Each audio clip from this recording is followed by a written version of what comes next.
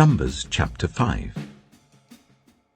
The Lord said to Moses, "Command the Israelites to send away from the camp anyone who has a defiling skin disease or a discharge of any kind, or who is ceremonially unclean because of a dead body. Send away male and female alike. Send them outside the camp, so that they will not defile their camp where I dwell among them." The Israelites did so. They sent them outside the camp. They did just as the Lord had instructed Moses. The Lord said to Moses, "Say to the Israelites, any man or woman who wrongs another in any way, and so is unfaithful to the Lord, is guilty and must confess the sin they have committed. They must make full restitution for the wrong they have done, add a fifth of the value to it and give it all to the person they have wronged. But if that person has no close relative to whom restitution could be made for the wrong, the restitution belongs to the Lord and must be given to the priest, along with the ram with which atonement is made for the wrongdoer. All the sacred contributions the Israelites bring to a priest will belong to him. Sacred things belong to their owners, but what they give to the priest will belong to the priest." Then the Lord said to Moses, "Speak to the Israelites and say to them, if a man's wife goes astray and is unfaithful to him so that another man has sexual relations with her, and this is hidden from her husband, and her impurity is undetected, since there is no witness against her and she has not been caught in the act, and if feelings of jealousy come over her husband, and he suspects his wife and she is impure, or if he is jealous and suspects her, even though she is not impure, then he is to take his wife to the priest.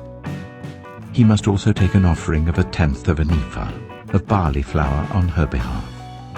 He must not pour olive oil on it or put incense on it, because it is a grain offering for jealousy, a reminder offering to draw attention to wrongdoing. The priest shall bring her and make her stand before the Lord. Then he shall take some holy water in a clay jar and put some dust from the tabernacle floor into the water. After the priest has made the woman stand before the Lord, he shall loosen her hair and place in her hands the reminder offering, the grain offering for jealousy, while he himself holds the bitter water that brings a curse.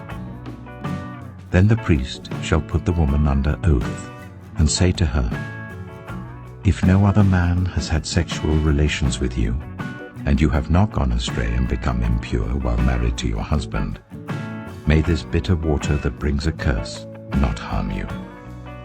But if you have gone astray while married to your husband, and you have made yourself impure by having sexual relations with a man other than your husband, here the priest is to put the woman under this curse. May the Lord cause you to become a curse among your people, when he makes your womb miscarry and your abdomen swell.